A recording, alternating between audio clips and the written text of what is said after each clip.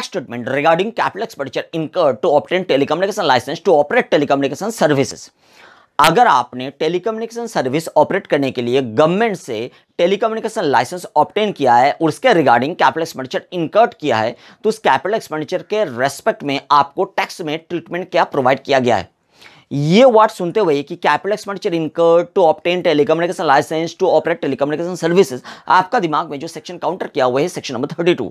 Because section number 32 में आपने पढ़ के आया कि कैपिटल एक्सपेंडिचर इनकर्ड करने में जो एसेट क्रिएट होता है, चाहे वो टेंजिबल एसेट है चाहे वो इंटेंजिबल एसेट है, उसके रेस्पेक्ट में डेप्रिसिएशन मिलता रहता है। सेक्शन नंबर 32 सबसेक्शन 1 ये डेप्रिसिएशन आपको अलाउ करता है। ये आपने सुन के आया है, इसलिए आज भी आपका दिमाग में वही सेक्शन काउंटर किया। बट लॉ मेकर ने ये टेलीकम्युनिकेशन लाइसेंस के रेस्पेक्ट में जो कैपिटल एक्सपेंडिचर इनकर्ड आपने किया है, उस टेलीकम्युनिकेशन लाइसेंस के रेस्पेक्ट में कैपिटल एक्सपेंडिचर जो इनकर्ड आपने किया है उसके रेस्पेक्ट में आपको डेप्रिसिएशन प्रोवाइड नहीं करेगा, उसके रेस्पेक्ट में आपको अमोर्टाइजेशन का ट्रीटमेंट प्रोवाइड करेगा। और इसके लिए एक्सक्लूसिवली सेक्शन डेडिकेटेड है, वो सेक्शन का नाम है सेक्शन नंबर 35 ABB। तो सेक्शन नंबर 35 ABB में डिडक्शन आपको अलाउ किया जाएगा अमोर्टाइजेशन के रूप में। वो डिडक्शन कैसे अलाउ किया जाएगा, चलिए देखते हैं।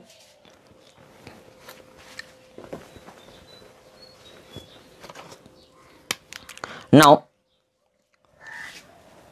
डिडक्शन अलाउड, कौन सा सेक्शन पढ़ रहे, section number 35 ABB। Deduction allowed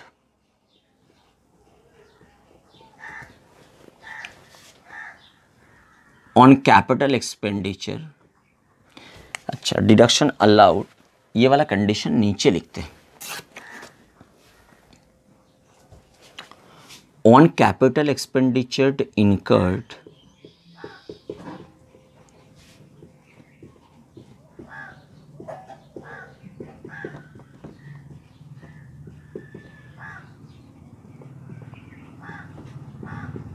to obtain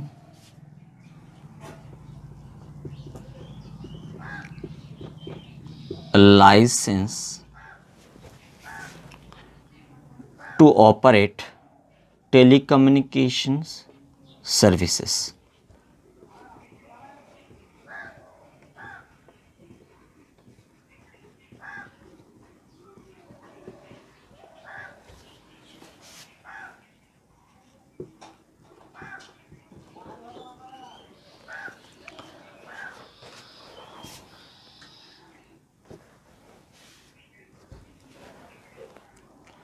और ये लाइसेंस आपने ऑब्टेन किया either before the commencement of the business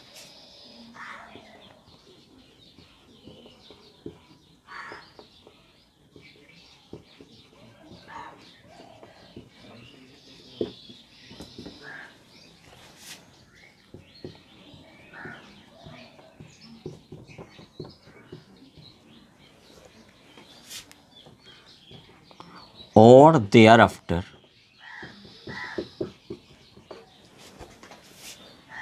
at any time during any previous year।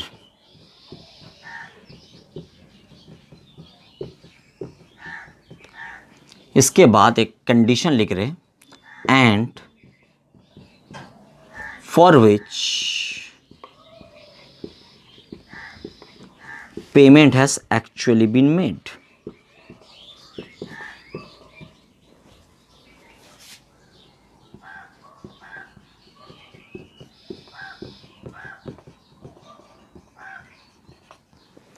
बात क्लियर हो गई। डिडक्शन अलाउ किया जाएगा कैपिटल एक्सपेंडिचर के रेस्पेक्ट में जो आपने इनकर्ड किया है टेलीकम्युनिकेशन लाइसेंस ऑब्टेन करने के लिए, चाहे वो आपने बिजनेस कमेंसमेंट के पहले ऑब्टेन किया before commencement of the business, चाहे देयर आफ्टर एनी टाइम, कोई भी टाइम में आपने ऑब्टेन किया बिजनेस कमेंस होने के बाद, आपको उस लाइसेंस के रेस्पेक्ट में जो एक्सपेंडिचर इनकर्ड किया है डिडक्शन अलाउ किया जाएगा। बट उसके लिए और एक शर्त आपको पूरा करना पड़ेगा। वो शर्त क्या है, आपने पेमेंट भी कर दिया है। लाइबिलिटी कोई भी प्रीवियस ईयर में इनकर्ड हुआ है, चाहे बिफोर कमेंसमेंट ऑफ बिजनेस चाहे after commencement of business, that is not so important matter कि लाइबिलिटी कब इनकर्ड हुआ था। अगर आपने एक्रूअल बेसिस पे अकाउंट मेंटेन करते हो तो लाइबिलिटी इनकर्ड हुआ है, आपने बुक कर लिया। लायबिलिटी इनकार्ड होने में, आपने बुक करने में आपको डिडक्शन अलाउ नहीं होगा। डिडक्शन अलाउ होगा जब आप एक्चुअल में पेमेंट करोगे तब। बात समझ में आ रहा है? उसके ऊपर बेस करके हम आपको डिडक्शन अलाउ करेंगे। और डिडक्शन अलाउ कैसे करेंगे? क्वांटम क्या होगा डिडक्शन अलाउंस का? क्वांटम क्या होगा? ये जो डिडक्शन अलाउड होगा उसका क्वांटम क्या होगा? ये डिडक्शन हम कौन सा सेक्शन में अलाउ कर रहे हैं? Section number 35 A B B में अलाउड कर रहे हैं। और ये डिडक्शन जो हम अलाउ कर रहे हैं इसका क्वांटम क्या होगा? इसका क्वांटम होगा such capital expenditure multiplied by appropriate fraction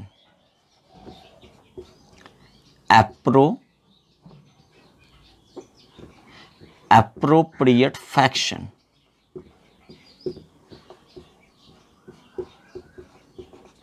और ये appropriate fraction का मतलब क्या है?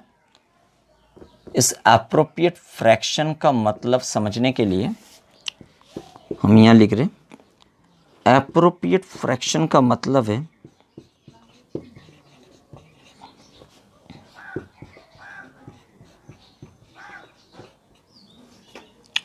1 by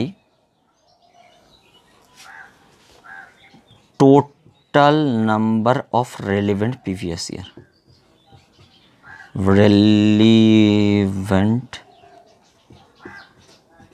previous year। क्लियर? ये होगा एप्रोप्रिएट फ्रैक्शन। तो जितना एक्सपेंडिचर आपने इनकर किया है उसका पेमेंट अगर हो गया है तो उस एक्सपेंडिचर के रेस्पेक्ट में आपको एप्रोप्रिएट फ्रैक्शन हर साल अलाउ किया जाएगा। अब कैसे अलाउ किया जाएगा वो हम देखेंगे। नाउ यहाँ पे जो total number of relevant previous year लिखा हुआ है इसका मतलब क्या है? ये total number of relevant previous year का मतलब क्या है? ये थियोरेटिकली पहले देख लेते हैं, उसके बाद हम प्रैक्टिकली इसको साम के साथ इंप्लीमेंट करेंगे। चलिए इसको हटा रहे हैं।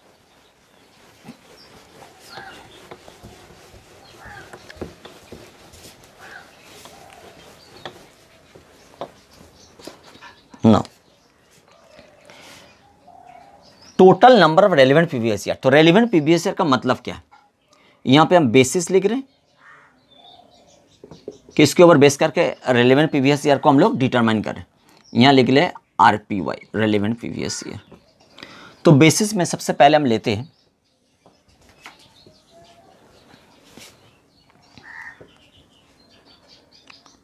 Licence fee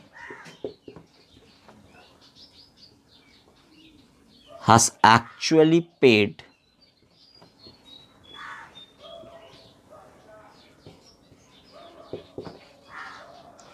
before the commencement of the business, before the commencement of the business।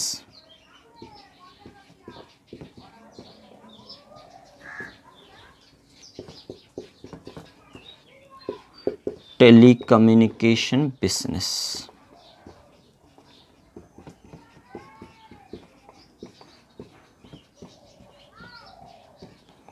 तो टेलीकम्युनिकेशन बिजनेस स्टार्ट करने के पहले ही आपने लाइसेंस फी पे कर दिए। अगर आपने टेलीकम्युनिकेशन बिजनेस स्टार्ट करने के पहले लाइसेंस फी पे कर दिया है तो आपके लिए रेलिवेंट प्रीवियस ईयर माना जाएगा the previous year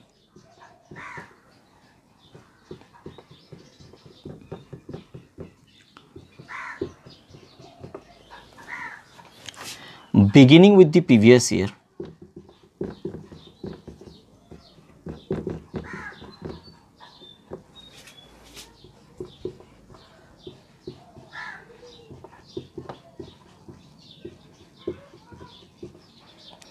in which such business commenced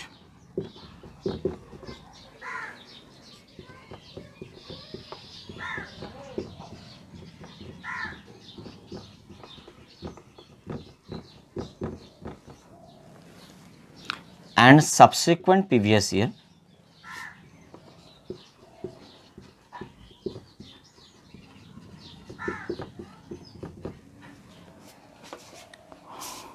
during which such license shall remain in force।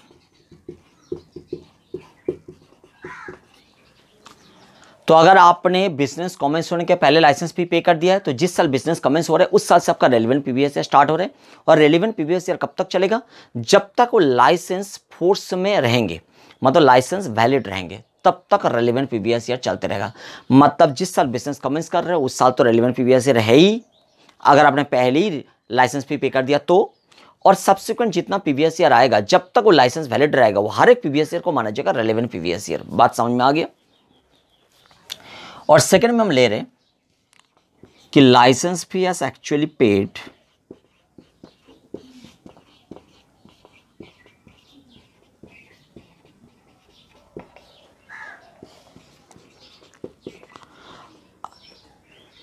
After commencement of business.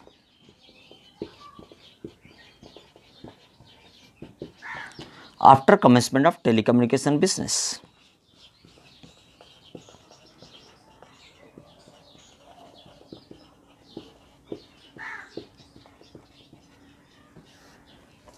इसके लिए रेलेवेंट पीवीएस ईयर का मतलब क्या होगा? इसके लिए रेलेवेंट पीवीएस ईयर का मतलब होगा the PVS year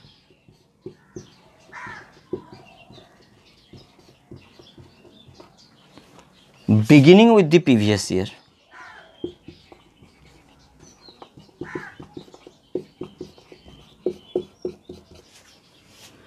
in which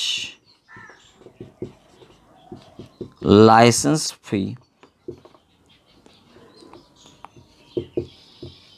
has actually been paid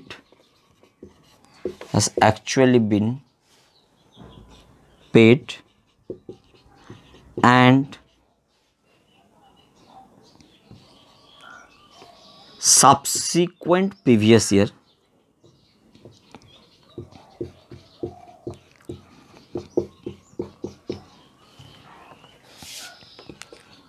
during which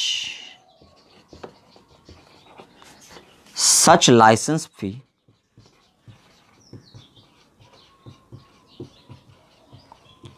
shall remain in force। तो अगर बिजनेस कमेंस हो गया है और उसके बाद अपने लाइसेंस फी पे किया है तो जिस साल अपने लाइसेंस फी पे किया है उस साल तो रेलेवेंट पीवीएस ईयर स्टार्टिंग हो रहे और रेलेवेंट पीवीएस ईयर चलते रहेगा वो पीवीएस ईयर तक जिस पीवीएस ईयर तक आपका लाइसेंस वैलिड रहेंगे। प्रैक्टिकली जब इंप्लीमेंट करेंगे तब आपको समझ में आएगा। इसको हटा रहे हैं और प्रैक्टिकली इंप्लीमेंट कर रहे हैं।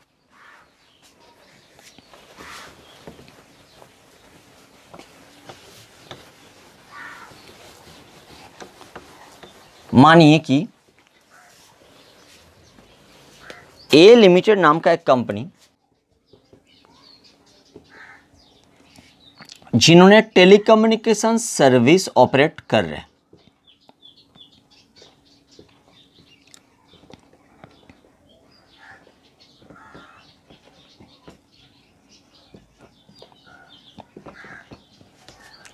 टेलीकम्युनिकेशन सर्विस प्रोवाइड करने का बिजनेस कर रहे हैं। ए लिमिटेड टेलीकम्युनिकेशन सर्विस प्रोवाइड करने का बिजनेस कर रहे हैं, टेलीकम्युनिकेशन सर्विस का ऑपरेटर है ना। तो A limited telecommunication service operator का बिजनेस कर रहे हैं। ए लिमिटेड अपना बिजनेस कमेंस कर रहे हैं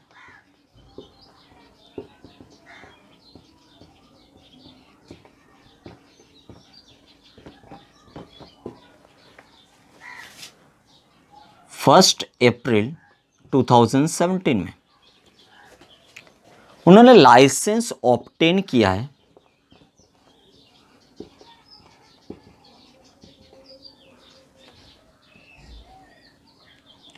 1 अप्रैल 2015 में। क्लियर हो गया? 1 अप्रैल 2015 में उन्होंने लाइसेंस ऑब्टेन किया और लाइसेंस का जो वैलिडिटी पीरियड है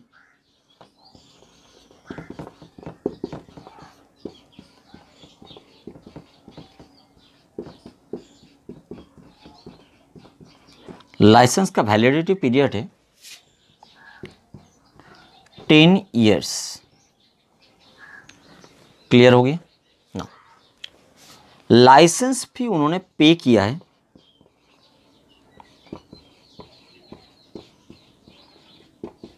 ए लिमिटेड ने लाइसेंस फी पे किया है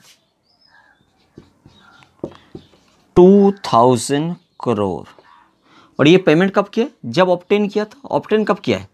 1 अप्रैल 2015 में, उसी साल में पे कर दिया है। अभी यहाँ पे हम डिडक्शन कैसे अलाउ करेंगे, तो हम यहाँ लिख सकते हैं डिडक्शन अलाउड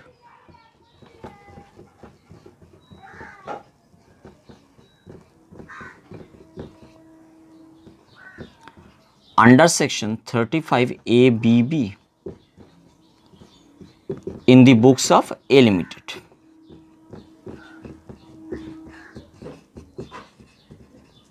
क्लियर हो गया? तो ए लिमिटेड के बुक्स में डिडक्शन कितना अलाउ होगा? आप बोलोगे सर जो कैपिटल एक्सपेंडिचर इनकर्ड एंड पे हुआ है, सच एक्सपेंडिचर, आपको पहले ही याद आ रहे हैं, हमने जो पहले पॉइंट थ्योरेटिकली लिखा था उसमें क्या लिखा था? एक्सपेंडिचर इनकर्ड हुआ है एंड उसका पेमेंट भी हुआ है। तो एक्सपेंडिचर केवल इनकर्ड होने में नहीं चलेगा। इनकर्ड हुआ है मतलब आपने लायबिलिटी को बुक कर लिया। अगर आपने एक्रूअल बेसिस पे अकाउंटिंग करते हो तो सेक्शन नंबर 145 याद आ रहे? 145 क्या बताता है? Method of accounting. अगर आप अकाउंटेंसी में मेथड ऑफ अकाउंटिंग फॉलो करते हो, कैश और नहीं तो एक्रूअल सेम आप फॉलो करोगे रेगुलर बेसिस पे। जो आपने अकाउंटेंसी में मेथड फॉलो करते हो वही मेथड आप टैक्स का कंप्यूटेशन में फॉलो कर सकते हो for the purpose of computation of income under the head PGBP and other source. तो पीजीबीपी एंड अदर सोर्स में आप वही ले लेते हो। तो अगर आपने एक्रूअल बेसिस पे अकाउंटिंग मेंटेन करते हो तो आपने पीजीबीपी भी एक्रूअल बेसिस पे कैलकुलेट करते हो, और उसमें आपने एक्सपेंडिचर इनकर्ड हुआ है तो मतलब लायबिलिटी बुक हो गया, तो आपने डिडक्शन क्लेम करने के लिए आ जाओगे। यहाँ डिडक्शन नहीं मिलेगा, यहाँ पे डिडक्शन आपको मिलेगा लायबिलिटी इनकर्ड भी हुआ है और पेमेंट भी हुआ है, दोनों बात याद रखना पड़ेगा, इनकर्ड एंड पेमेंट दोनों।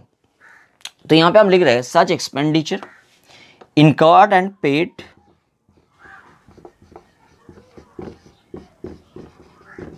और मल्टीप्लाइड बाय क्या? Appropriate fraction. Appropriate fraction,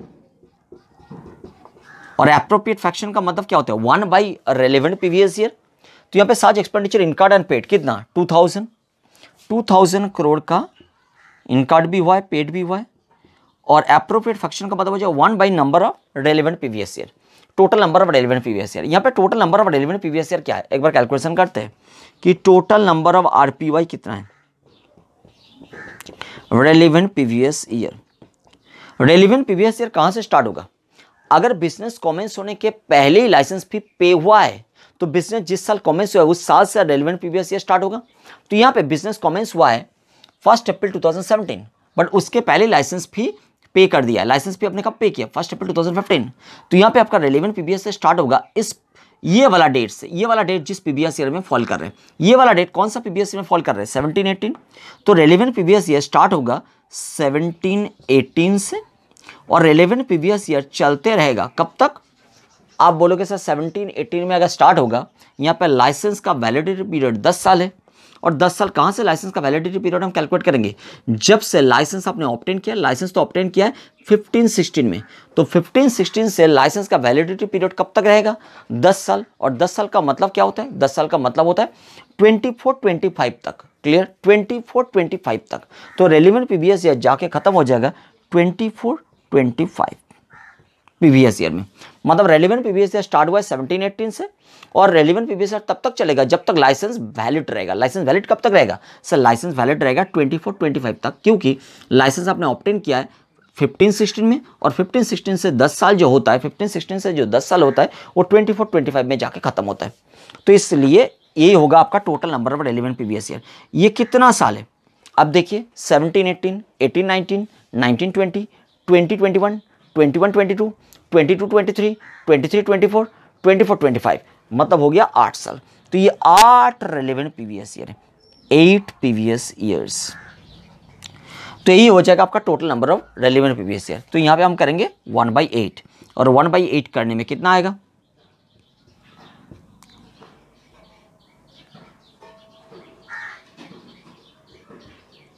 $250 crore.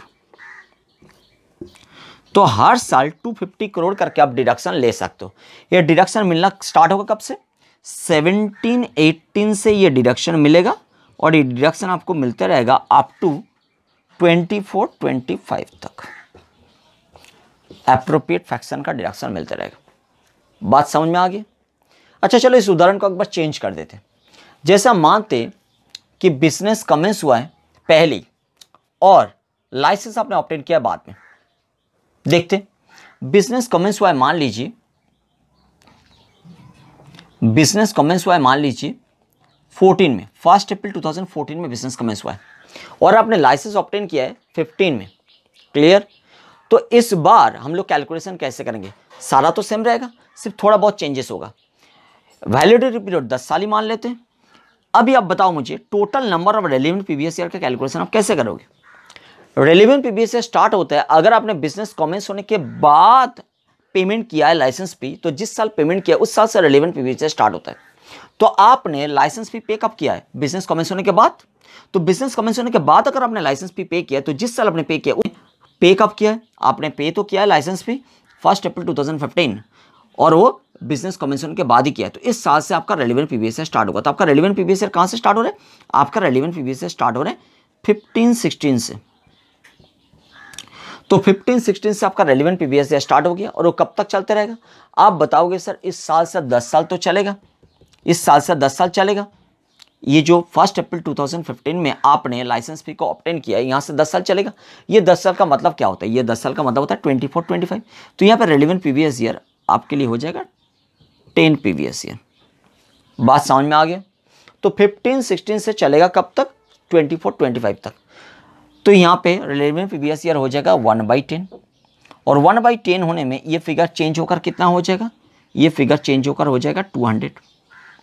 और यहाँ पे भी डिडक्शन अलाउ कौन सा प्रीवियस ईयर से स्टार्ट होगा? डिडक्शन अलाउ स्टार्ट होगा 15-16 प्रीवियस ईयर से। तो अब यहाँ पे लिखोगे 15-16 से 24-25 तक चलेगा। बात समझ में आ गई? बट मान लीजिए चाहे आपने बिजनेस कमेंस होने के पहले लाइसेंस ऑब्टेन किया है और फीस पे किया है, चाहे आपने बिजनेस कमेंस होने के बाद लाइसेंस ऑब्टेन किया है फीस पे किया है।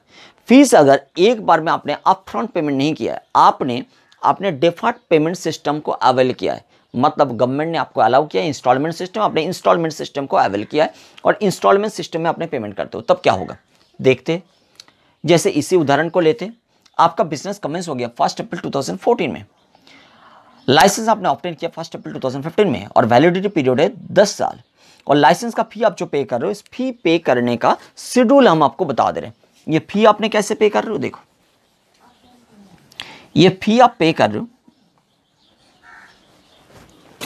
फी को हम यहां ले रहे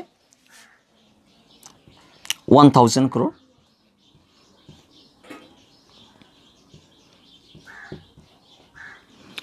और लाइसेंस फीस 1000 करोड़, पेड नहीं, पेमेंट 1000 पूरा नहीं हुआ है।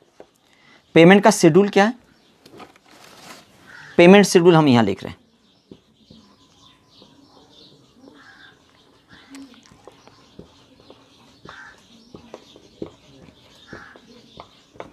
पेमेंट शेड्यूल मान लीजिए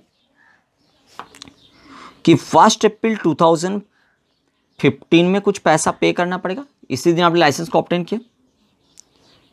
1 अप्रैल 2016 में कुछ पेमेंट करना पड़ेगा और 1 अप्रैल 2017 में कुछ पैसा पे करना पड़ेगा।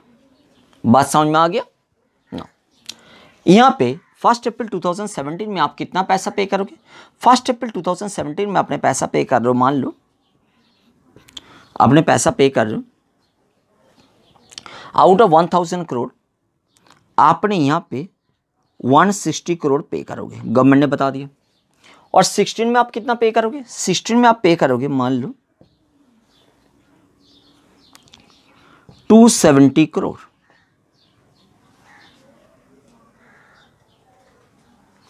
और यहां कितना पे करोगे? 670 करोड़। ये 570 होगा, राइट? नहीं तो ज्यादा हो जाएगा, नहीं 620 होगा ना।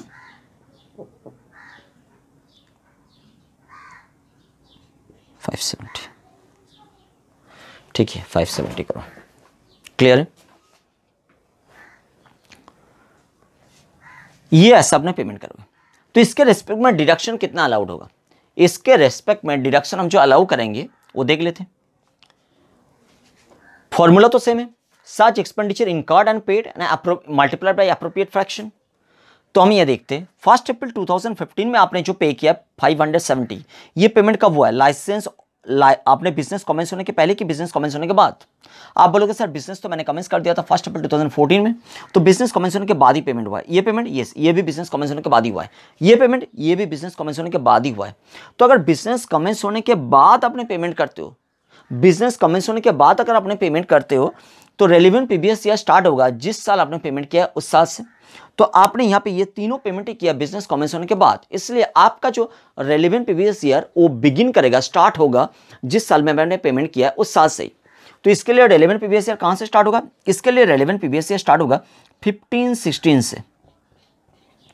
इसके लिए रेलिवेंट पीबीएस ईयर कब से स्टार्ट होगा? 16-17 से। इसके लिए रेलिवेंट पीबीएस ईयर कब से स्टार्ट होगा? 17-18 से। बट ये रेलिवेंट पीबीएस ईयर कब तक चलते रहेगा? लाइसेंस जब तक वैलिड लाइसेंस का जब तक वैलिड पीरियड रहेगा। लाइसेंस का वैलिड पीरियड कब जाके खत्म हो रहा है? 10 साल का लाइसेंस है, और लाइसेंस को आपने ऑब्टेन किया कब? 15-16 में। तो यहां से 10 साल मतलब 24-25 में जाके लाइसेंस का वैलिडिटी पीरियड खत्म होता है। तो जहां लाइसेंस का वैलिडिटी पीरियड खत्म हो रहा है वहीं आपका रेलिवेंट पीबीएस ईयर भी एंड हो जाएगा। तो रेलिवेंट पीबीएस ईयर चलते रहेगा 24-25 तक। बात समझ में आया? यहां पे चलते रहेगा सेम 24-25 तक, यहां पे भी चलते रहेगा सेम 24-25 तक।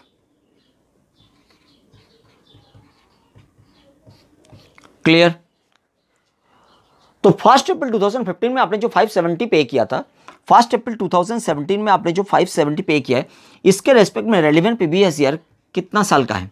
इसके रेस्पेक्ट में रेलिवेंट पीबीएस ईयर 10 साल का ही होगा, 10 ईयर्स होगा। इसके रेस्पेक्ट में 9 ईयर्स होगा, और इसके रेस्पेक्ट में 8 ईयर्स होगा। बात समझ में आ गया? और 570 के रेस्पेक्ट में आप जब कैलकुलेशन करेंगे, कैलकुलेशन ऐसे होगा,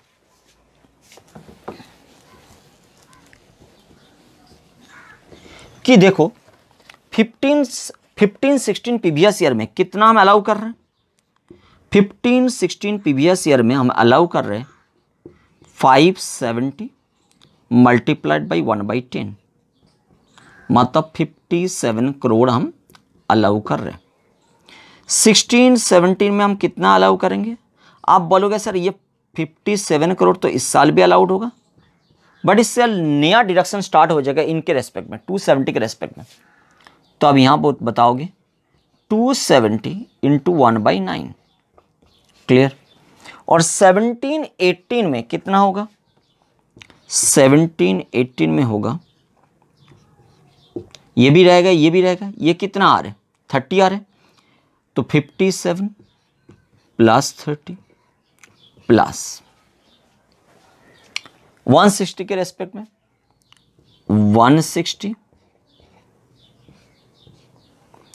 160 मल्टीप्लाइड बाई 1/8। बात समझ में आ रही है? क्लियर हो गया?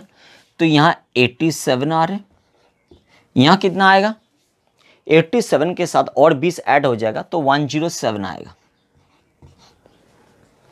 और 18-19 से अप टू 24-25 तक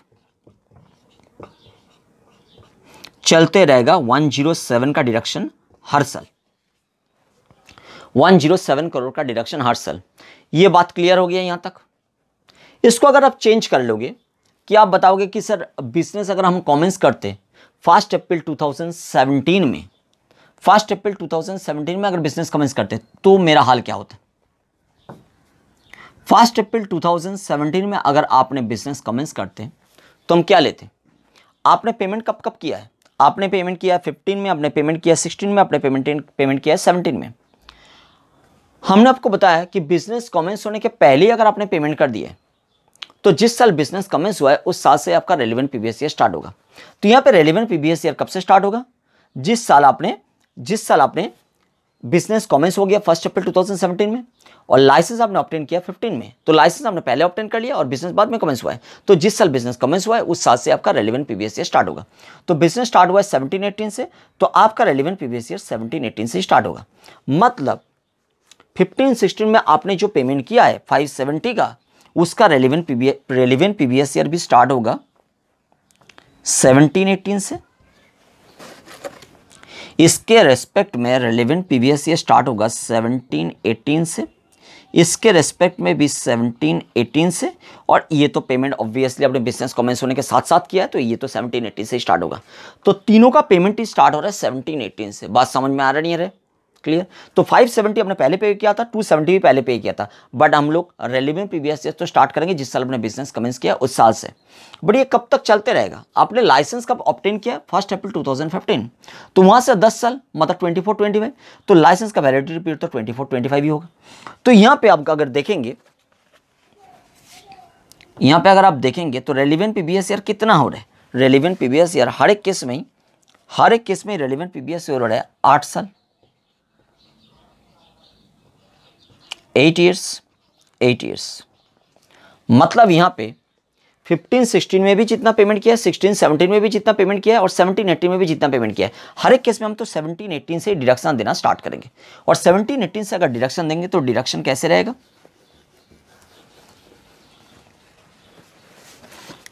17-18 से आपको डिडक्शन मिलना स्टार्ट होगा, और ये डिडक्शन का पिक्चर ऐसा होगा कि 570 into 1/8 plus 270 into 1/8 plus 160 into 1/8। ये हर साल चलते रहेगा 17-18 से कब तक? 24-25 तक। क्लियर? मतलब सीधा बताओगे तो 1000 डिवाइड बाई 1/8, 1000 डिवाइड बाई 1/8 यही होगा।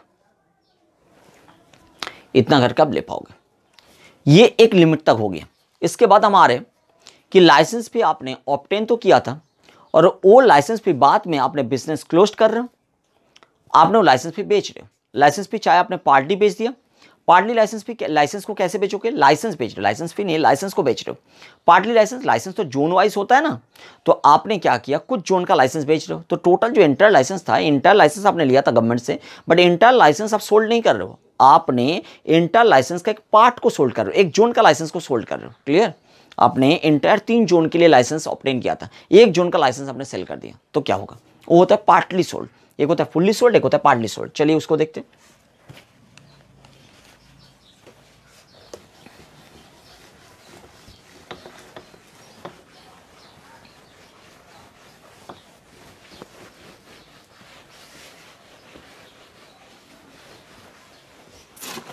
तो आपने लाइसेंस को ट्रांसफर किया है, लाइसेंस ट्रांसफर्ड।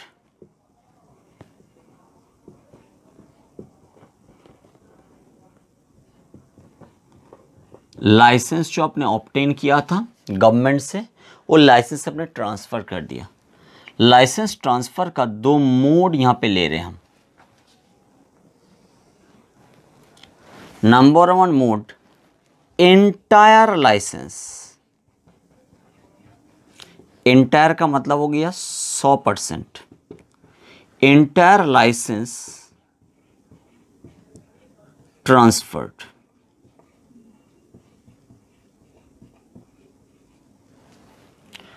और नहीं तो पार्शियल लाइसेंस। पार्शियल में हम कुछ भी ले सकते हैं, 50%, 60%, 70%, 30%, कुछ भी। तो हम यहां पे ले रहे 70%। Partial licence transferred.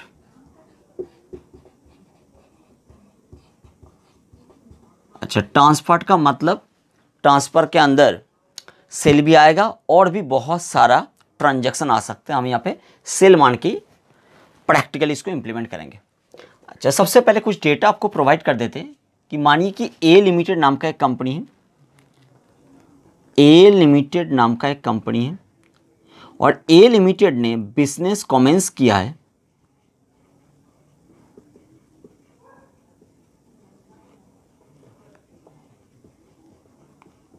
ये जो टेलीकम्युनिकेशन बिजनेस कमेंस किया है 1 अप्रैल 2015 को। क्लियर? 1 अप्रैल 2015 को बिजनेस कमेंस किया है, लाइसेंस ऑब्टेन किया है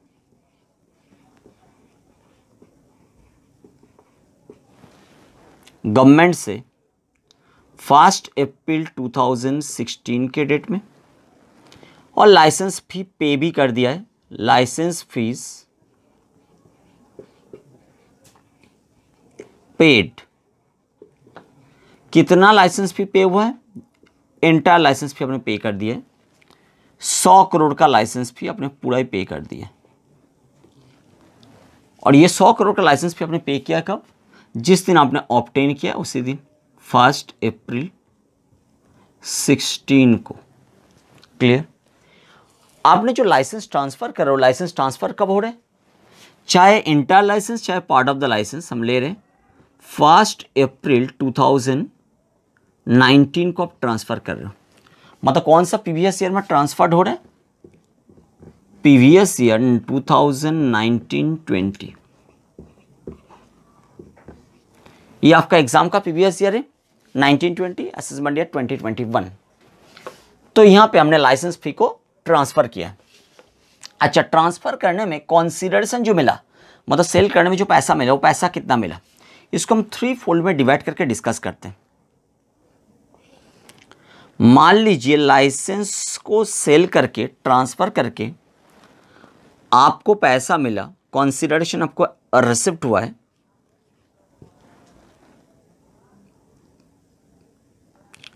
67 करोड़, और नहीं तो कॉन्सिडरेशन आपको रिसीव हुआ है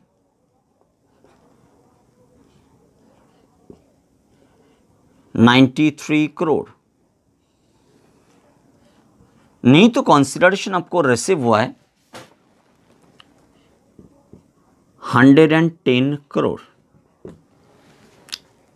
तो कॉन्सिडरेशन के ऊपर डिपेंड करके टैक्स का ट्रीटमेंट चेंज हो जाएगा। देखिए, सबसे पहले बताइए कि लाइसेंस अगर आपने ऑब्टेन किया 1 अप्रैल 2016 और आपका बिजनेस कमेंस हुआ है 1 अप्रैल 2015 को, मतलब आपका रेलिवेंट प्रीवियस ईयर कब से स्टार्ट हो रहा है?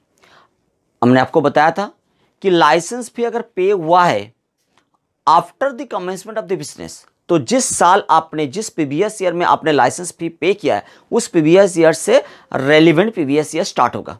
और ये रेलिवेंट प्रीवियस ईयर कब तक चलते रहेगा? जब तक लाइसेंस रिमेन इन फोर्स, जब तक लाइसेंस वैलिड रहेगा तब तक ये रेलिवेंट प्रीवियस ईयर चलते रहेगा। तो आपका जो आरपीओआई है, रेलिवेंट प्रीवियस ईयर, ये स्टार्ट कब से हो रहे हैं? आपका रेलिवेंट प्रीवियस ईयर स्टार्ट हो रहा है 16-17 से। आपका रेलिवेंट प्रीवियस ईयर स्टार्ट हुआ 16-17 से और चलते रहेगा कब तक? जब तक लाइसेंस वैलिड है। लाइसेंस का वैलिडिटी पीरियड जब तक है। हम यहाँ पे लाइसेंस जो आपने ऑब्टेन किया है, इसका वैलिडिटी पीरियड डिटरमाइन करके आपको दे रहे हैं डेटा कि 10 इयर्स लाइसेंस का वैलिडिटी पीरियड है। तो 16-17 में अगर आपने लाइसेंस ऑब्टेन किया, इसका वैलिडिटी पीरियड जाके कहाँ खत्म हो रहा है? इसका वैलिडिटी पीरियड जाके खत्म हो रहा है 25-26 में। 10 साल जाके खत्म हो रहे हैं 25-26। तो 16-17 से licence shall remain in force up to 25-26। ये लाइसेंस का वैलिडिटी पीरियड है और ये आपका हो जाएगा रेलेवेंट प्रीवियस ईयर 10 साल। क्लियर है? तो आपने लाइसेंस फी के रेस्पेक्ट में आपने जो कैपिटल एक्सपेंडिचर इनकर किया, आपने कितना कैपिटल एक्सपेंडिचर इनकर किया है लाइसेंस फी के रेस्पेक्ट में? आपने 100 करोड़ का कैपिटल एक्सपेंडिचर इनकर किया है लाइसेंस फी के रेस्पेक्ट में। ये 100 करोड़ आप अमोर्टाइज करोगे अंडर सेक्शन 35ABB। तो 35ABB के अनुसार आपने लाइसेंस फी को कैसे अमोर्टाइज करोगे? सर, जितना लाइसेंस फी हमने इनकर्ड किया है एंड पे किया है, capital expenditure regarding obtaining of licence जो आपने इनकर किया है एंड पे किया है, तो इनकार 100 है और पे भी 100 है। तो आपने ये जो 100 करोड़ का capital expenditure incurred and pay किया है, इसको मल्टीप्लाई करना पड़ेगा 1 बाई रेलेवेंट प्रीवियस ईयर से। 1 बाई रेलेवेंट प्रीवियस ईयर का मतलब क्या होता है? 1 by total number of relevant previous year. 1 by total number of relevant previous year का मतलब होता है एप्रोप्रिएट फ्रैक्शन। मतलब such expenditure multiplied by appropriate fraction अगर करेंगे तो हर साल का अमोर्टाइजेशन का अमाउंट निकाल के आ जाएगा। और यहाँ पे अमोर्टाइजेशन का अमाउंट क्या निकाल के आ रहे हैं? चलिए यहाँ लिखते हैं। यहाँ पे हर साल आपका अमोर्टाइजेशन का अमाउंट कितना आ रहा है? देखिए, आपने 16-17 से अमोर्टाइज करना स्टार्ट करोगे और 16-17 में कितना अमोर्टाइज करोगे?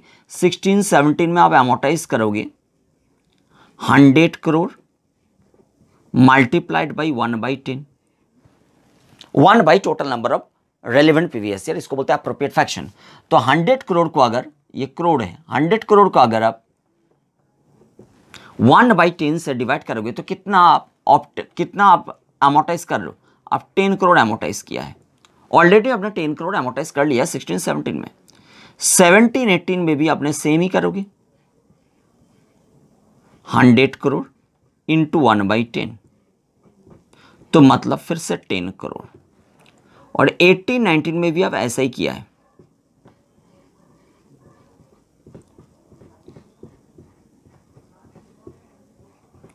तो टोटल आपने लाइसेंस फी ट्रांसफर जिस डेट में हुआ है, ट्रांसफर कौन सा डेट में हुआ है, 1 अप्रैल 2019 के डेट में ट्रांसफर हुआ है। तो 1 अप्रैल 2019 के पहले आपने लाइसेंस फी ऑलरेडी अमोटाइज कर लिया है 30 करोड़ का। और ये लाइसेंस फी आपने जो अमोटाइज किया है कौन सा सेक्शन के अनुसार, अंडर सेक्शन 35A(B)(B)(1), इसके अनुसार आपने अमोटाइज कर लिया है, मतलब आपने डिडक्शन क्लेम कर लिया है। कितना unexpired portion of the licence fee अभी तक आपने अमोटाइज नहीं कर पाया, आपने अभी तक अमोटाइज नहीं कर पाया 70 करोड़ का लाइसेंस फी, क्योंकि आपने कैपिटल एक्सपेंडिचर इनकर किया था 100 करोड़, उसमें से 30 करोड़ का डिडक्शन आपने अमोटाइजेशन के रूप में अवेल कर लिया है, और 70 करोड़ आपको लेना बाकी है, और 70 करोड़ आपको अमोटाइज करना था रिमेनिंग लाइसेंस फी का वैलिडिटी पीरियड के अंदर। क्लियर। बट आपने क्या किया, आपने 1 अप्रैल 2019 में जाकर लाइसेंस को बेच दिया। अब बेचने में आपको मिला कितना, 67 करोड़। अब देखिए, आपने कैपिटल एक्सपेंडिचर इनकार किया था, आपका खर्चा हुआ था 100 करोड़। 100 करोड़ में 30 करोड़ का डिडक्शन आपने ले लिया, आपका पॉकेट से निकाल गया था 100 करोड़, बट आपने ऑलरेडी 30 करोड़ का डिडक्शन क्लेम कर लिया अमोटाइजेशन के रूप में अंडर सेक्शन 35A(B)(B) सबसेक्शन 1। तो कितना अभी तक लाइसेंस फी अनएक्सपायर्ड पोर्शन है जो आपने अमोटाइज नहीं कर पाया, वो 70 करोड़ है, और ये 70 करोड़ का लाइसेंस को आपने बेच के रिकवर कर लिया 67 करोड़। मतलब आपने 67 करोड़ का बेनिफिट अवेल कर लिया है। पहले तो आपने 30 करोड़ का बेनिफिट डिडक्शन के रूप में अवेल कर लिया है, फिर 67 करोड़ भी आपने रिकवर कर लिया। तो कितना रिकवरी अभी तक बाकी है, 70 में 3 करोड़ रिकवरी बाकी है। क्योंकि देखिए, अगर हिसाब करेंगे, आपको 70 करोड़ का लाइसेंस अमोटाइज करना था, उसमें तो 67 करोड़ आपका ऑलरेडी रिकवर हो चुका है। तो रिमेनिंग जो 3 करोड़ है केवल उनका ही अमोटाइजेशन बाकी है। तो ये 3 करोड़ का ही ट्रीटमेंट हम यहां देंगे आपको। ये जो 3 करोड़ है, 3 crore will be allowed as deduction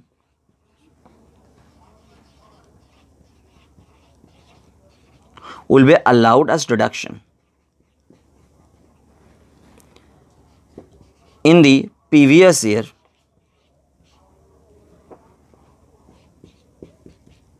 in which license is transferred, in which entire license is transferred.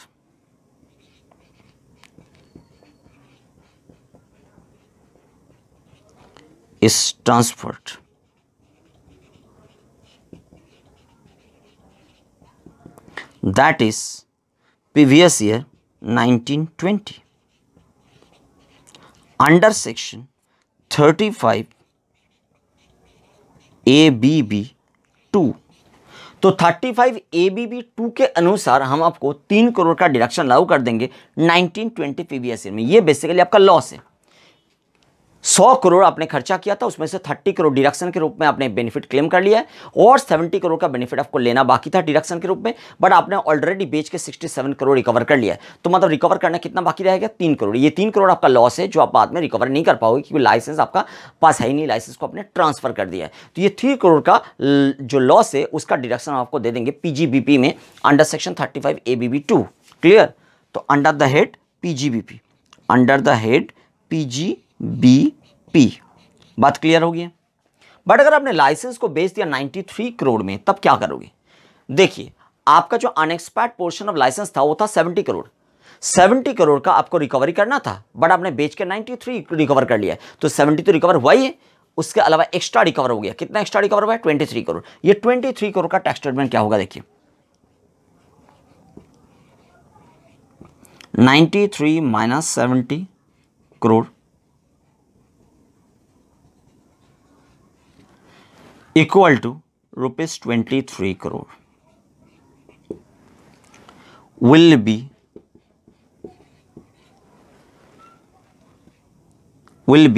profit chargeable under the head PGBP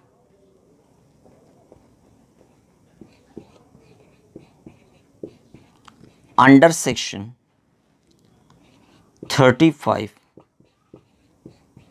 ABB 3 in the previous year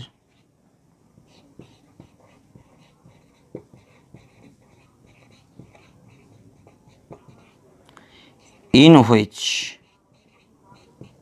license is transferred.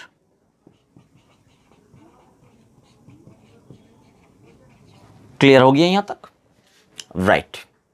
अगर हमने 110 करोड़ में बेच दिया, देखिए ओरिजिनल आपने जो capital expenditure इनकार किया था 100 करोड़, उससे भी ज्यादा पैसा आपने रिकवर कर लिया। अब सोच के देखना, इसका मतलब हो गया कि जितना आपने एक्सपेंडिचर इनकार किया था वहां तक जो रिकवरी है वो तो पीजीबीपी में प्रॉफिट है as per this logic, but उसके ऊपर का जो रिकवरी है वो पीजीबीपी का नहीं है, वो कैपिटल गेन हेड का है। उसका ट्रीटमेंट हम करेंगे। चलिए देखते हैं। तो हम यहां लिखेंगे ₹100 माइनस 70, तो हो गया आपका रुपीस, नीचे लिखते हैं ₹30 crore will be profit chargeable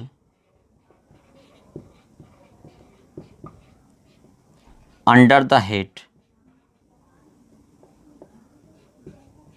PGBP under section 35 ABB in previous year 1920। जिस प्रीवियस ईयर में आपने ट्रांसफर किया उस प्रीवियस ईयर का ही प्रॉफिट माना जाएगा। यहां में हमने जो लिखा था कि PGBP under section 35 ABB in the previous year in which licence is transferred, that is 1920। तो यहां पे हमने डायरेक्ट लिख लिया 1920। तो ये एक ट्रीटमेंट हो गया। अब बताओ कैसा, 30 करोड़ तो पीजीबीपी में प्रॉफिट हो गया, और जो 10 करोड़ एक्स्ट्रा मिला है उनका क्या होगा? वो 10 करोड़ का भी तो ट्रीटमेंट करना पड़ेगा, वो कैपिटल गेन हेड में ट्रीटमेंट होगा। तो देखिए लिखते हैं computation of capital gain.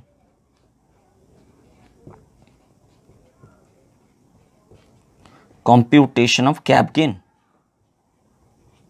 Capital gain का कंप्यूटेशन कैसे करेंगे? फुल वैल्यू ऑफ कंसिडरेशन, मतलब आपको बेच के कितना मिला, आपको बेच के मिला मतलब ट्रांसफर करके मिला, ऐसे अपने ट्रांसफर कर दिया और ट्रांसफर करके आपको 110 करोड़ का रिकवरी हुआ है।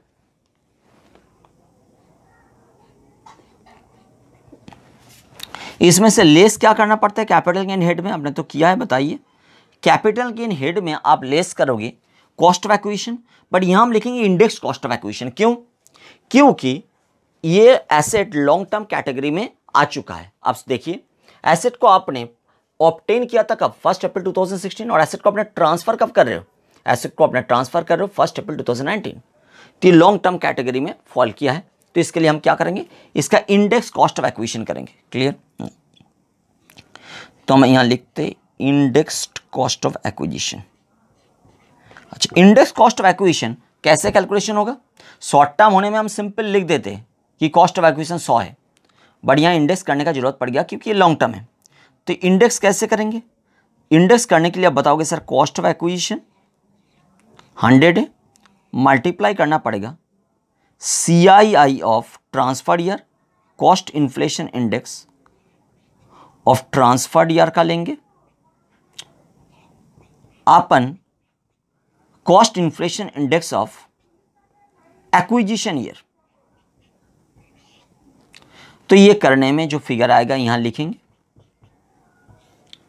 और लास्ट में जो अमाउंट आएगा उसको हम लिखेंगे LTC, long term capital gain. बात क्लियर है यहां तक? ठीक है, तो हमने यहां तक इसको कर लिया है। अभी चलिए देखते हैं कि अगर पार्शियल लाइसेंस आपने ट्रांसफर किया है तो उसका ट्रीटमेंट कैसे होगा? पार्शियल लाइसेंस पे भी यही 3 अमाउंट ले रहे हैं, क्योंकि आप कंपैरिजन कर पाओगे। सेम अमाउंट रहेगा तो आप कंपैरिजन कर पाओगे, नहीं तो कंपैरिजन करने में दिक्कत आएगा। देखिए,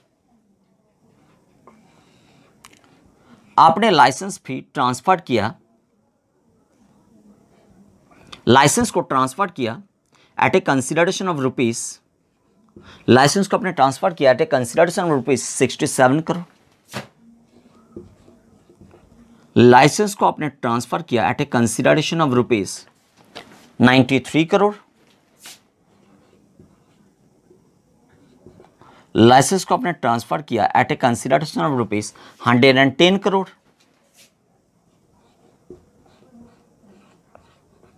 तो ट्रीटमेंट क्या करेंगे? सबसे पहले आप देखिए यहां कि आपने ऑलरेडी डिडक्शन के रूप में अवेल कर लिया है 30 करोड़ का एक्सपेंडिचर को, डिडक्शन के रूप में आपने प्रॉफिट से लेस कर दिया है, मतलब आपको बेनिफिट मिल गया है। जितना आपने खर्चा किया था 100 में से 30 का बेनिफिट आपने उठा लिया है, बाकी 70 का बेनिफिट उठाना बाकी था। और आपने वो 70 का बेनिफिट उठाने के पहले आपने लाइसेंस को ट्रांसफर कर दिया। अच्छा, लाइसेंस आपने चाहे आधा ट्रांसफर किया, चाहे आपने इंटायर ट्रांसफर किया, उसमें कोई फर्क नहीं आएगा। आप सिंपल सा देख लो कितना रिकवर करना बाकी था आपको अमाउंट। आपको रिकवर करना बाकी था 70 करोड़, बट आपने ऑलरेडी रिकवर कर लिया है 67 crore by way of transfer. Transfer के रूप में आपने 67 करोड़ रिकवर कर लिया है। 70 करोड़ का बेनिफिट लेना बाकी था, 67 का बेनिफिट आपने अचीव कर लिया है, तो 3 करोड़ का बेनिफिट रिमेनिंग रह गया है। तो हम क्या करेंगे, देखिए, ₹70 माइनस 67, यहां पे हम डिवीजन क्रिएट कर रहे हैं, equal to ₹3 crore will be allowed as deduction under section 35 ABB subsection 5। देखिए, यहां पे अपने 35 ABB 1 में ले रहे थे, यहां पे अपने 35 ABB 2 में ले रहे थे, यहां प्रॉफिट अपने ले रहे थे 35 ABB 3 में, यहां पे हम ले रहे हैं 35 ABB 5 में। यहां पे प्रोविजन दिया गया है, आप बेयर एक्ट खोलोगे तो ये आपको मिलेगा। नाउ 35 ABB 5 में आप जो डिडक्शन लोगे, हमने लिखा है ₹3 crore will be allowed as deduction under section 35 ABBB subsection 5 starting from the previous year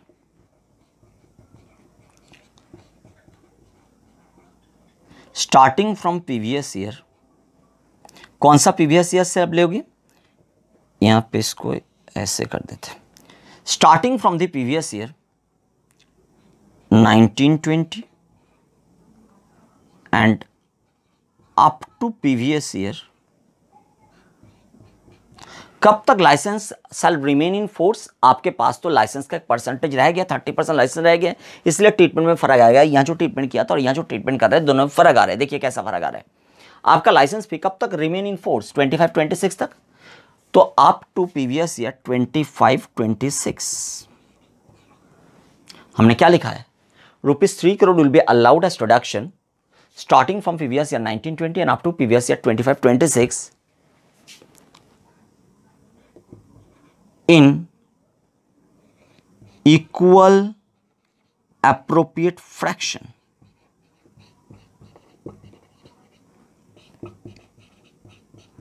equal appropriate fraction के रूप में 3 करोड़ को हम अलाउ करेंगे 1920 से 25-26 के बीच में। कैसे अलाउ कर रहे हैं, देखिए, ₹3 crore multiplied by ₹3 crore multiplied by 1920 से 25-26 कितना साल होता है? आप देखिए, टोटल लाइसेंस था 10 साल का, 3 साल एक्सपायर हो चुका है और 7 साल बाकी, तो 1/7। तो 3 करोड़ मल्टीप्लाइड बाई 1/7 जो आंसर आएगा, उतना ही हम डिडक्शन हर साल लेंगे 1920 से 25-26 के बीच में। मतलब 1920 से हम डिडक्शन लेना स्टार्ट करेंगे और डिडक्शन लेना खत्म करेंगे 25-26 में जाके। ये 7 साल 1920 से 25-26 तक हमने इक्वल अमाउंट का डिडक्शन लेंगे अप्रोप्रिएट फ्रैक्शन के रूप में। ये बात क्लियर हो गई। उसके बाद आप बोलोगे यहां पे सर कि 70% आपने लाइसेंस को ट्रांसफर किया था, आपने 70% के रेस्पेक्ट में कैलकुलेशन नहीं किया है। आपने तो सर कैलकुलेशन ऐसे ही कर दिया, 70% के रेस्पेक्ट में तो कैलकुलेशन कीजिए कि 70% का लाइसेंस का कॉस्ट कितना था, उसका प्रॉफिट निकाल लीजिए। आपने ऐसा नहीं किया, आपने इंटायर के रेस्पेक्ट में कर दिया। आप सोच के देखिए, बात एक ही है। एक्चुअल में आपको 100 करोड़ का एक्सपेंडिचर इनकार हुआ था और ये 100 करोड़ आपको डिडक्शन लेना था गवर्नमेंट से, क्योंकि 100 करोड़ अगर एक्सपेंडिचर हुआ, ये 100 करोड़ आपका खर्चा है, इस खर्चे का डिडक्शन आपको लेना था। ऑलरेडी आपने डिडक्शन अवेल कर लिया है 30 करोड़ का और डिडक्शन अवेल करना बाकी था 70 करोड़ का। आपने लाइसेंस को ट्रांसफर कर दिया, बट ट्रांसफर करके आपने 67 रिकवर कर लिया, तो कितना रिकवर करना बाकी है? 3 करोड़। हो सकता है आपके पास लाइसेंस रिमेनिंग रह गया है 30%, 30 क्यों 50 भी हो सकता है, 80 भी हो सकता है, 20 भी हो सकता है। आपके पास अभी लाइसेंस रिमेनिंग रह गया है 30% और 30% लाइसेंस के ऊपर आप 30% लाइसेंस आप ऑपरेट करोगे 7 ईयर्स में, तो आपको रिकवर करना बाकी था 67, आपने ऑलरेडी, आपको रिकवर करना बाकी था 70 करोड़, आपने ऑलरेडी 67 रिकवर कर चुका है। तो कितना रिकवर करना बाकी है? 3 करोड़। ये 3 करोड़ को हम स्प्रेड कर देंगे, clear, during the licence period. Licence period जो अभी तक रिमेनिंग है उनमें हम स्प्रेड कर देंगे ये 3 करोड़ को और आपको डिडक्शन के रूप में हम अलाउ कर देंगे। यही बात यहां पे हो रहा है, क्लियर। ये लॉजिकल भी है क्योंकि 67 आपने रिकवर कर लिया, तो हम बाकी 3 करोड़ का बेनिफिट आपको अवेल कराएंगे। कैसे अवेल कराएंगे? During the remaining licence period, हम आपको डिडक्शन के रूप में इसको अलाउ कर देंगे। बात समझ में आ रहा नहीं आ रहा है? ये बात क्लियर है? अच्छा, यहां पे जो 93 करोड़ बेच के आपको मिला, मतलब आप सोच के देखो, आपको रिकवर करना बाकी था 70 करोड़, 30 करोड़ ऑलरेडी रिकवर हो चुका है आउट ऑफ 100, 70 करोड़ रिकवर करना बाकी था, उसमें से आपने तो ऑलरेडी रिकवर कर लिया 93 करोड़, तो आपको हम फिर से क्यों डिडक्शन देंगे? आप बोलोगे सर वो तो 70% ट्रांसफर हो गया है, 30% के रेस्पेक्ट में मिलना चाहिए। क्यों?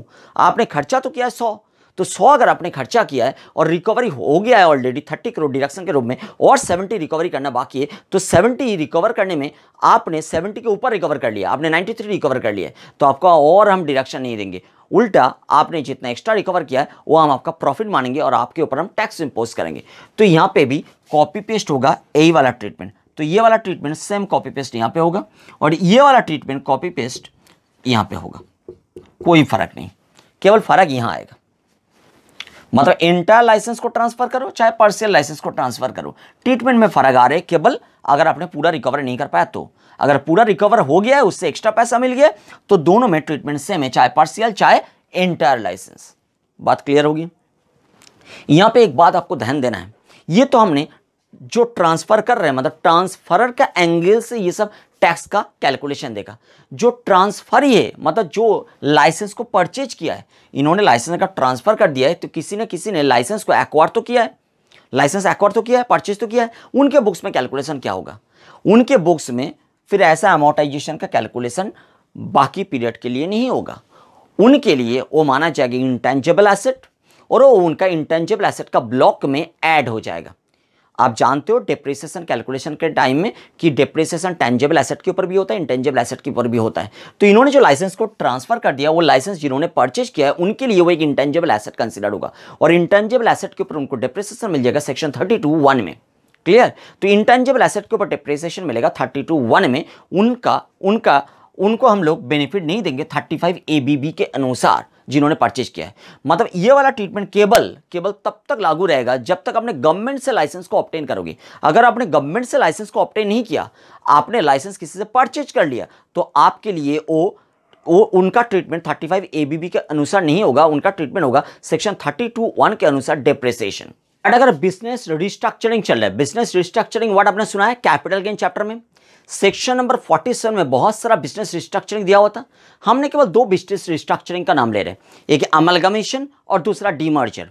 अमलगमेशन वर्ड जब बता रहे हैं, मतलब हम रेफर कर रहे हैं सेक्शन 2 क्लॉज 1B को। आप सब लोग जानते हो सेक्शन 2 होता है डेफिनेशन का सेक्शन, सेक्शन 2 क्लॉज 1 होता है advance tax, section 2 clause 1A होता है, सेक्शन 2 क्लॉज 1A होता है agriculture income, section 2 clause 1B होता है अमलगमेशन। तो हम जब अमलगमेशन वर्ड यूज कर रहे हैं, सेक्शन 2 क्लॉज 1B को रेफर कर रहे हैं। हम जब डीमर्जर वर्ड को रेफर कर रहे हैं, तो डीमर्जर का मतलब हम सेक्शन 2 क्लॉज 19AA को रेफर कर रहे हैं। तो अगर मान लीजिए ए लिमिटेड का अमलगमेशन हो रहे हैं, नहीं तो डीमर्जर हो रहे हैं। ए लिमिटेड का अमलगमेशन किसके साथ हो रहा है? बी लिमिटेड के साथ हो रहे हैं।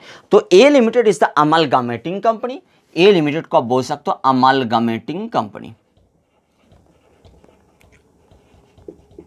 ए limited is the amalgamating company. A limited का अमलगमेशन हो रहा है बी लिमिटेड के साथ, तो B limited is the amalgamated company. नहीं तो ए लिमिटेड का डीमर्जर हो रहा है और डीमर्जर में जो रिजल्टेंट कंपनी निकाल के आ रहे बी लिमिटेड को आप बोलेंगे रिजल्टेंट कंपनी। तो अमलगमेशन में ए लिमिटेड को हम बोलेंगे अमलगमेटिंग कंपनी, और अगर डीमर्जर चल रहा है तो ए लिमिटेड को हम बोलेंगे डीमर्ज्ड कंपनी। ए लिमिटेड का अमलगमेशन हो रहा है बी लिमिटेड के साथ, तो बी लिमिटेड को हम बोलेंगे अमलगमेटेड कंपनी। अगर ए लिमिटेड का डीमर्जर हुआ है और डीमर्जर में रिजल्टेंट कंपनी जो निकाल के आया है बी लिमिटेड, उसको हम बोलेंगे रिजल्टेंट कंपनी। तो बी लिमिटेड चाहे वो अमलगमेटेड कंपनी है चाहे वो रिजल्टेंट कंपनी है, मतलब चाहे अमलगमेशन चल रहा है चाहे डीमर्जर चल रहा है, दोनों केस में बी लिमिटेड मतलब जो अमलगमेटेड कंपनी है जो रिजल्टेंट कंपनी है उनको इंडियन कंपनी होना जरूरी है मेरा वाला कंडीशन में आने के लिए। क्लियर? हम अभी जो कॉन्सेप्ट बताएंगे वो कॉन्सेप्ट लागू होने के लिए पहला शर्त क्या है, पहला कंडीशन है कि ए लिमिटेड का अमलगमेशन अगर बी लिमिटेड के साथ हो रहा है, B limited should be an Indian company. अगर ए लिमिटेड का डीमर्जर हो रहा है उसमें नया कंपनी निकाल के आ रहा है बी लिमिटेड, तो B limited should be an Indian company, मतलब amalgamated company resultant company should be Indian company. अभी ए लिमिटेड का अमलगमेशन हो रहा है बी लिमिटेड के साथ, इसका मतलब ए लिमिटेड अपना लाइसेंस को, बाकी सारा एसेट भी ट्रांसफर हो रहा है तो लाइसेंस भी ट्रांसफर हो रहा है, तो ए लिमिटेड अपना लाइसेंस को सेल कर रहा है, ट्रांसफर कर रहे हैं, और डीमर्जर हो रहे तो उस केस में भी ए लिमिटेड अपना लाइसेंस को ट्रांसफर कर रहे हैं, नहीं तो सेल कर रहे हैं। तो ये जो लाइसेंस और सेल हो रहा है, ये जो लाइसेंस का ट्रांसफर और सेल हो रहा है चाहे अमलगमेशन में चाहे डीमर्जर में, मतलब बिजनेस रिस्ट्रक्चरिंग के अंडर चाहे अमलगमेशन हो रहे चाहे डीमर्जर हो रहे, दोनों केस में ए लिमिटेड ने अगर ट्रांसफर कर रहे और सेल कर रहे लाइसेंस को बाकी सारा एसेट के साथ, उनका ट्रीटमेंट इस हिसाब से नहीं होगा। मतलब आपने अभी तक जो हिसाब सीख के आया है वो बिजनेस रिस्ट्रक्चरिंग में लागू नहीं होता है। उसमें क्या होता है, उसमें ट्रांसफरर कंपनी के बुक्स में कोई कैलकुलेशन नहीं होगा, मतलब ए लिमिटेड का बुक्स में ये सारा कैलकुलेशन नहीं चलेगा। बात समझ में आ गया पूरा? ए लिमिटेड अमलगमेशन में जा रहे हैं तो ए लिमिटेड ट्रांसफरर कंपनी है, उनके बुक्स में इन सब कैलकुलेशन नहीं होगा। ए लिमिटेड का डीमर्जर हो रहे और उसमें बी लिमिटेड एक रिजल्टेंट कंपनी निकाल के आ रहे हैं, तो ए लिमिटेड अपना लाइसेंस को सेल कर रहे हैं, ट्रांसफर कर रहे हैं, तो ए लिमिटेड का बुक्स में ये सारा कैलकुलेशन नहीं होगा। ये सब कैलकुलेशन नॉर्मल तरीका से होता है। जब अमलगमेशन होता है, जब डीमर्जर होता है, बिजनेस रिस्ट्रक्चरिंग होता है, तो ये कैलकुलेशन लागू नहीं होता है। तो उस केस में ट्रांसफरर कंपनी के बुक्स में कोई कैलकुलेशन नहीं होगा, केवल कैलकुलेशन होगा ट्रांसफरी कंपनी के बुक्स में।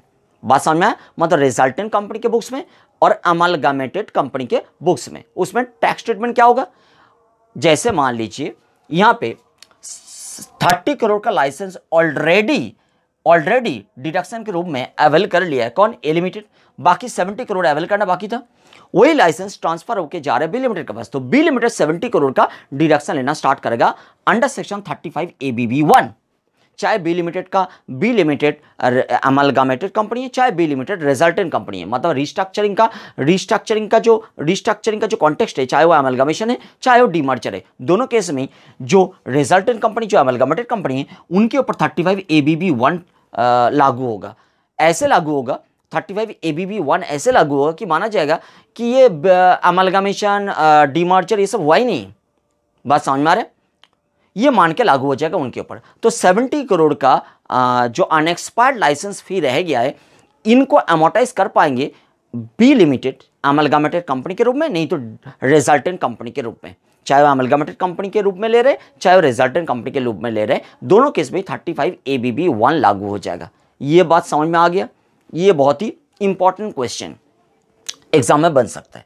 नाउ नेक्स्ट हम बता रहे कि अगर ये तो था टेलीकम्युनिकेशन लाइसेंस, अगर मान लीजिए स्पेक्ट्रम आपने ऑब्टेन किया, राइट टू यूज स्पेक्ट्रम आपने गवर्नमेंट से ऑब्टेन किया, you have obtain right to use spectrum from the government, और उसके रिगार्डिंग आपने कैपिटल एक्सपेंडिचर किया, तो उसका टैक्स स्टेटमेंट क्या होगा? सेम होगा जैसे 35 ABB में आपने किया है, ऐसे ही और एक सेक्शन गवर्नमेंट ने लागू किया था, वो है 35 ABA। 35 ABA में लिखा हुआ है tax statement regarding capital expenditure incurred to obtain right to use spectrum. Spectrum का मतलब आप जानते हो, स्पेक्ट्रम का मतलब हो गया 2G 3G 4G ये सब। तो spectrum right to use spectrum obtain करने के लिए आपने अगर right to use spectrum obtain करने के लिए मतलब ऑक्शन ऑफ एयरवेव्स होता है, गवर्नमेंट ना ऑक्शन करते स्पेक्ट्रम का, ऑक्शन ऑफ एयरवेव्स होता है, उसमें आप ऑक्शन में पार्टिसिपेट करते हो और एयर वेव्स को आप ऑब्टेन करते हो स्पेक्ट्रम के रूप में। ये स्पेक्ट्रम को ऑब्टेन करने के लिए आपने जो कैपिटल एक्सपेंडिचर इनकर किया है, इस कैपिटल एक्सपेंडिचर का टैक्स ट्रीटमेंट क्या होगा? ये तो आपके लिए खर्चा है, तो इसका डिडक्शन मिलेगा कि नहीं मिलेगा? इसके लिए एक सेपरेट सेक्शन है 35ABA, और इन सेक्शन एग्जैक्टली सेम है जैसे 35ABB है। तो 35ABB एंड 35ABA मोटा मोटी सेम है, केवल 35ABA जिसमें स्पेक्ट्रम वर्ड है उसमें एक फर्क है, और जो payment has actually been made हम बता रहे थे ना, उसमें फर्क है। उसमें वो जो payment has already been made उसमें एक रूल लागू होता है, और रूल का नंबर होता है 6A।